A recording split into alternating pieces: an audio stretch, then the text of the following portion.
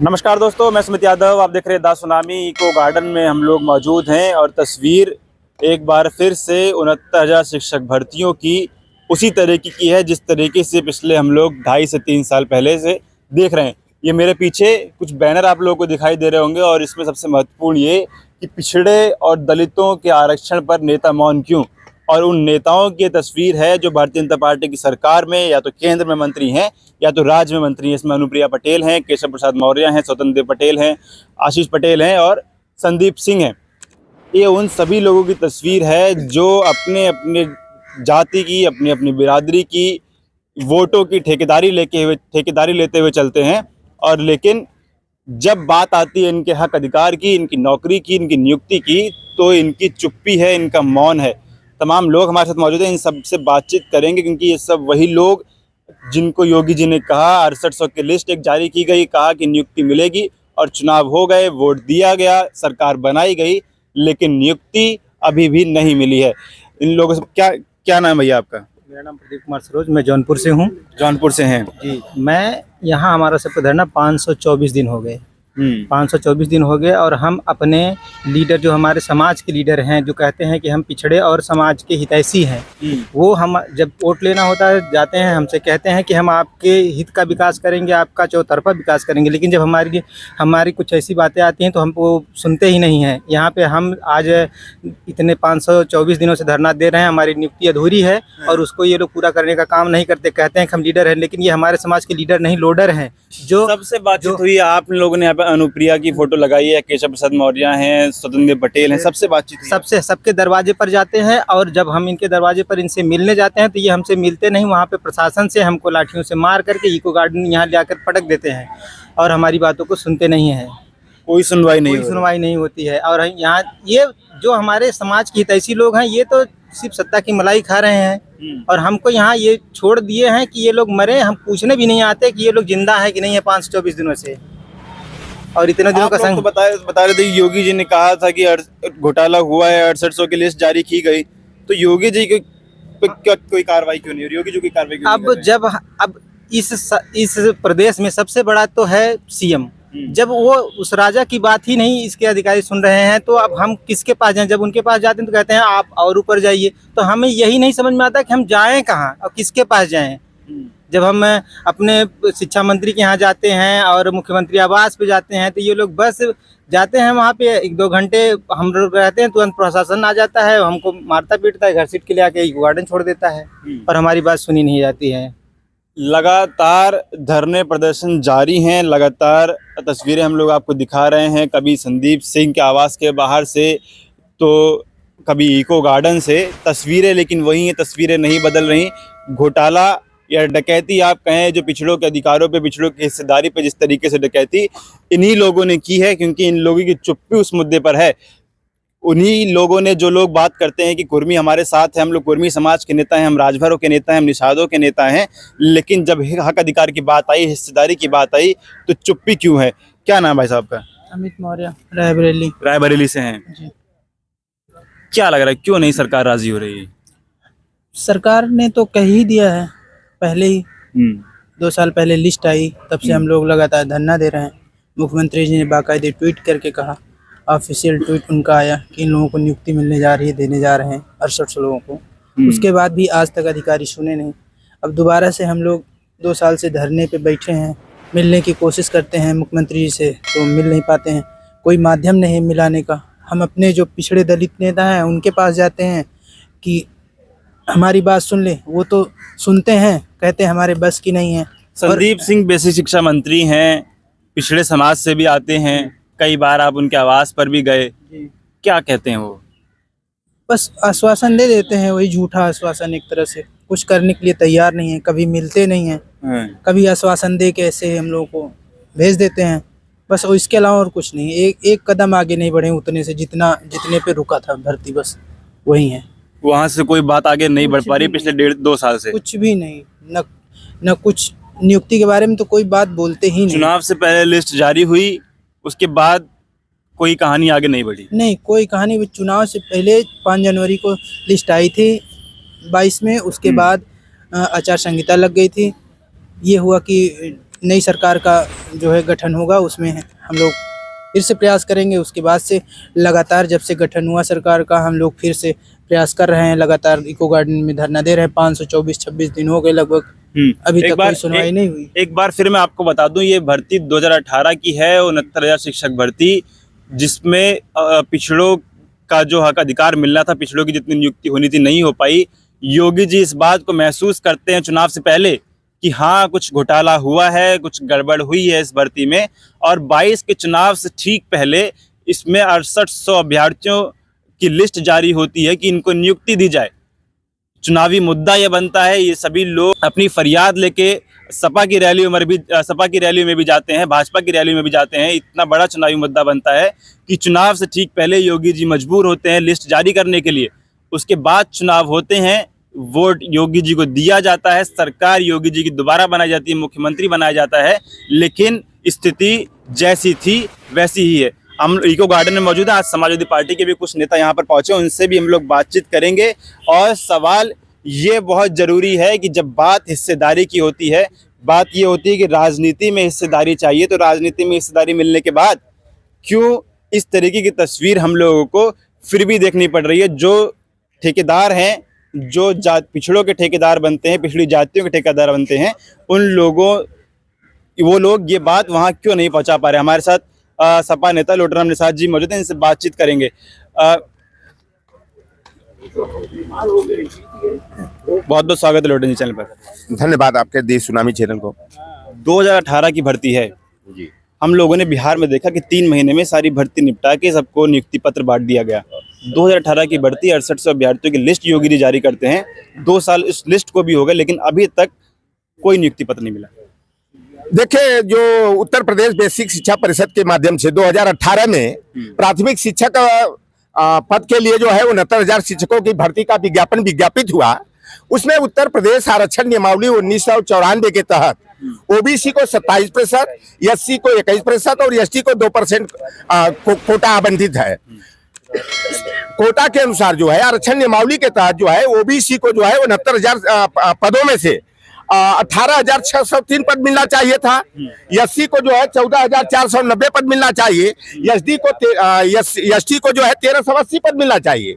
लेकिन गड़बड़ी क्या हुई कि जो लड़के हमारे कट ऑफ मार्क्स में जो अनारक्षित पद के लिए मेरिट बनती है, उसमें जो चयनित हुए उनको भी ओबीसी में जो है कि प्रवेश करा करके हमारे ओबीसी के और एससी के जो अभ्यर्थी थे, जो लगभग 18,000 जो है कि पद उन्हें मिलना चाहिए, वहां पर जो है कि हमारे लोगों के साथ घालमेल किया गया, आरक्षण कोटे की हकमारी की गई और जो ओबीसी को 27% कोटा है उसके बनिस्पत केवल 3.68% कोटा दिया गया। एससी को 21% की बजाय जो है 15.61% कोटा दे करके खुलेआम भारतीय जनता पार्टी की सरकार ने जो है ओबीसी एससी की हकमारी करने का काम किया। और हमारे ये पीड़ित जो बच्चे हैं जो आज नौकरियों में होते, आज इनके घर में चिराग जलता, ये दिवाली न मना पाए, न दशहरा मना पाए, आज मारे फिर रहे। और लोकतंत्र की हत्या जो है पूरी तरह से धर्म की बात करने वाली, मानवता की बात करने वाली, समता समानता समरसता की बात करने वाली यह जो योगी सरकार है, बिल्कुल निठल्लेपन का परिचय देते हुए अमानवीय कृत्य हमारे इन बच्चों के साथ, ओबीसी एससी के बच्चों के साथ कर रही है। हमें चाणक्य की एक बात याद आती है कि चाणक्य ने कहा था कि ऐसे व्यक्ति को राजा नहीं बनाया जाना चाहिए जो जिसके पास परिवार नहीं हो, और जिसके पास परिवार नहीं है अगर उसको शासक आप बनाओगे, राजा बनाओगे, तो वह जनता का दुख दर्द नहीं समझ पाएगा। आज योगी जी की वही स्थिति है। अगर योगी जी के पास बेटे और बेटियां होते, उनके परिवार होता, तो आज ये बेटे और बेटियां हमारे जो आज यहाँ कड़ाके की ठंड में इस स्थिति का सामना कर रहे हैं। आज बिहार की सरकार को बीमारू प्रदेश कहा जाता था, वहां की सरकार को जंगल राज वाली सरकार कहा जाता था। 1,20,336 हमारे बेटे बेटियां नौकरी पाए हैं। उत्तर प्रदेश के 35,000 से अधिक पाए हैं। एक मेरी भी बेटी वहां पर जो है किशनगंज में प्राथमिक शिक्षक बनी है। 2 बेटियां अगर बीएड से नहीं छाटी गई होती सुप्रीम कोर्ट के डिसीजन से, तो लोटराम निषाद की 3 बेटियां आज शिक्षिका बनती, मेरे घर में उजाला हो जाता। उत्तर प्रदेश की सरकार 22 लाख दिया जलाने का अयोध्या में जो है रिकॉर्ड कायम कर रही है और बिहार सरकार जो है नौकरी देने का काम कर रही है। अभी जूनियर हाई स्कूल में अभी बिहार सरकार जो है 1,10,000 शिक्षकों की भर्ती करने जा रही है। तो यह सरकार बिल्कुल मानवता का गला घोट रही है। और 2018 में जब 2019 का लोकसभा चुनाव होने वाला था तो यही उत्तर प्रदेश सरकार, यही भारतीय जनता पार्टी की सरकार जो है ओबीसी को जो है कि लॉलीपॉप दिखाते हुए कहा था कि बड़े धूमधाम से ओबीसी के जो भी नेता थे, नित्यानंद राय थे, चाहे हुकुमदेव नारायण सिंह हो, चाहे लक्ष्मी नारायण सिंह हो, चाहे भूपेंद्र सिंह हो, चाहे डॉक्टर सुधा सिंह हो, चाहे धर्मेंद्र प्रधान हो, ऐसे ओबीसी के साध्वी निरंजन ज्योति हो, मुकेश राजपूत हो, यही संदीप सिंह जो बेसिक शिक्षा मंत्री है यहाँ पर, इनके पिता जो है राजवीर सिंह, ये लोग ढोल नगाड़े बजा रहे थे कि असली पिछड़ों की हितैषी जो है यह भारतीय जनता पार्टी है। हमने तो राष्ट्रीय पिछड़ा वर्ग आयोग को संवैधानिक दर्जा दिया। सवाल मैं आपसे, क्योंकि यहाँ पे बैनर लगा के और बहुत बड़ी बात यहाँ कही गई है कि पिछड़ों और दलितों के आरक्षण पर नेता मौन क्यों, और वो तमाम नेता उनकी तस्वीरें जो पिछड़ों के विभाग में मंत्री बने हुए हैं। तो सवाल ये है कि आप ही लोग बात करते हैं कि पिछड़ों की राजनीति में हिस्सेदारी होनी चाहिए, भारतीय जनता पार्टी ने हिस्सेदारी दी, मंत्री बनाया, लेकिन आप ही के लोग वहां जाके अब चुप हैं। हमें किन्नर सरीखे नेताओं की जरूरत नहीं है, हमें लड़ने वाले नेताओं की जरूरत है। ऐसे किन्नर और शिखंडी नेताओं की जरूरत है जो भारतीय जनता पार्टी का झूठा गुणगान करते हुए ताली बजाने का काम करते हैं, ढोल नगाड़ा बजाने का काम करते हैं। हमें नेता नहीं चाहिए अनुप्रिया पटेल जैसे लोग, चाहे भूपेंद्र सिंह जैसे हो, लक्ष्मी नारायण सिंह जी हो, स्वतंत्र देव सिंह हो, चाहे केशव प्रसाद मौर्य हो, अनिल राजभर हो, संजय निषाद हो, ऐसे पाखंडी नेताओं की जरूरत नहीं है। कहने को उत्तर प्रदेश में भारतीय जनता पार्टी से 90 ओबीसी के विधायक हैं, 23 वो सांसद हैं और एससी और एसटी के संसद विधायक है, लेकिन ऐसे शिखंडी सरीखे नेताओं के कारण ही आज हमारे ओबीसी एससी एसटी की हकबारी हो रही है, खुलेआम पदों की डकैती हो रही है। तो यह जो मंडल विरोधी भारतीय जनता पार्टी है वह किसी भी सूरत हाल में ओबीसी एससी एसटी की जो है हितैषी नहीं हो सकती। विधानसभा और लोकसभा में तो आपको सदर दी भाजपा ने। ये ऐसे शिखंडी नेताओं को आगे करके क्या हमारे ये बच्चों का भविष्य अंधकार में डालने के लिए ऐसे नेताओं की जरूरत है जो हमारे बच्चों पर जोर जुल्म अत्याचार ढाया जा रहा है, लोकतंत्र की हत्या करके यह उत्तर प्रदेश सरकार लाठी तंत्र अपना रही है, गुंडा राज कायम किए हुए है। आप बताइए कि 19 भर्तियों का विज्ञापन निकला, ये केशव प्रसाद मौर्य की जुबान पर ताला लग जाता है। अनुप्रिया पटेल जो है कि अपने पति के साथ ढोल नगाड़ा बजाने लगती है कि आज 19 भर्तियों का विज्ञापन निकला और आप देख लीजिए कि किसी का पेपर लीक हो गया, किसी की भर्ती निरस्त कर दिया गया, किसी की भर्ती प्रक्रिया पूरी हुई तो यही भारतीय जनता पार्टी वाले उसको कोर्ट में ले जाकर के स्टे करा करके जो है हमारे बच्चों का भविष्य अंधकार में करने का काम किया। एक हमारे मंगरू सारू भाई है, बार मैं सवाल कर लूं, क्योंकि सपा के साथ थे, जाति की जनगणना की बात करते थे और तमाम मुद्दों की बात करते थे, हिस्सेदारी की बात करते थे, हकदारी की बात करते थे। अब भारतीय जनता पार्टी के साथ चले गए हैं, मंत्री बनने के लिए गए थे, मंत्री भी नहीं बन पाए, लेकिन अब बोल भी कुछ नहीं रहे। आप देख लो, पहली बात यह मुख्यमंत्री के पोर्टल से जारी होता है कि 6800 पदों पर जो है ओबीसी के एससी के बच्चों की भर्ती की पदस्थापित किया जाएगा, समायोजित किया जाएगा। चुनावी लाभ के लिए जो 2022 का विधानसभा चुनाव आसन था, हमारे बच्चों को जो है आश्वासन दिया गया, लेकिन उत्तर प्रदेश की सरकार जो है मानवता का गला घोटते हुए, निर्दयता का परिचय देते हुए आज कड़ाके की ठंड में हमारे बेटे और बेटियां यहाँ इको गार्डन में जो है धरना दे रहे हैं। या शिक्षा मंत्री क्या धरना देने गए, हमारे बेटियों के ऊपर लाठी चलाया गया, पुलिस जोर जुल्म किया गया। तो देखिए, गोरखनाथ जी ने एक बात कहा था, वह बात जो है योगी आदित्यनाथ पर एकदम बिल्कुल सटीक बैठती है कि अगर कोई व्यक्ति अपने नाम के साथ नाथ उपनाम लगा ले, गेरुआ वस्त्र धारण कर ले, तो वह सन्यासी और महात्मा नहीं हो सकता। यह योगी जी आज योगी और संत महात्मा नहीं है, उत्तर प्रदेश को चलाने में जो है कि बिल्कुल विफल है। आज तो जोगी जी सीधे जो है प्रदेश में गुंडा राज, जंगल राज कायम किए हुए और आज एक जाति विशेष की गुंडागर्दी खुलेआम हो रही है। आज ओबीसी एससी की बहन बेटियों की आबरू लूटी जा रही है, निर्ममता पूर्वक हत्या की जा रही है, हमारे ओबीसी के लोगों को मौत के घाट उतारा जा रहा है और आज जो है पुलिस जो है हाथ पर हाथ धरे बैठी हुई है, FIR नहीं दर्ज हो रहा है। मैं बता दूं कि उत्तर प्रदेश सरकार अगर अपने वचन की पक्की है तो 6800 पदों पर जो समायोजित करने का आश्वासन हमारे अभ्यर्थियों को दिया था, उत्तर प्रदेश सरकार तत्काल प्रभाव से जो है, और राष्ट्रीय पिछड़ा वर्ग आयोग ने भी जो दिशा निर्देश दिया था, हमारे बेटे और बेटियों को नियुक्ति पत्र देने का काम करे।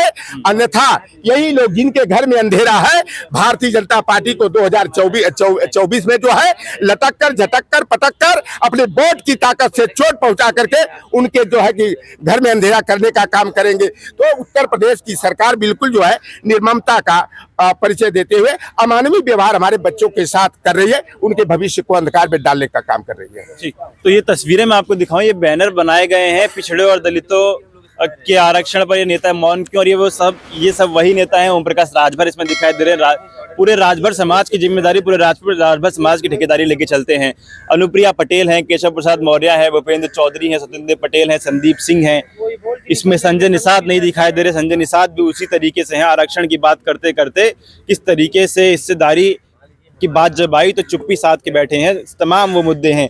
और 6800 शिक्षकों की नियुक्ति अभी बताया गया कि मुख्यमंत्री योगी आदित्यनाथ ने चुनाव से ठीक पहले ये 6800 अभ्यर्थियों की लिस्ट जारी की थी। आचार संहिता की वजह से उनको, आचार संहिता की बात कह के उनको नियुक्ति पत्र नहीं दिया गया, और अब चुनाव को 2 साल हो चुके हैं, अभी तक नियुक्ति पत्र नहीं मिला है। आप लोग क्या सोचते हैं? अपनी राय कमेंट बॉक्स में दीजिएगा कि क्या हालात इस समय दलितों और पिछड़ों के उत्तर प्रदेश में है। अपनी राय कमेंट बॉक्स में दीजिएगा। फिलहाल ये वीडियो मैं खत्म कर रहा हूँ। आप लोगों से मुलाकात अगली वीडियो में होगी। जुड़ रहे हमारे साथ, तब तक नमस्कार।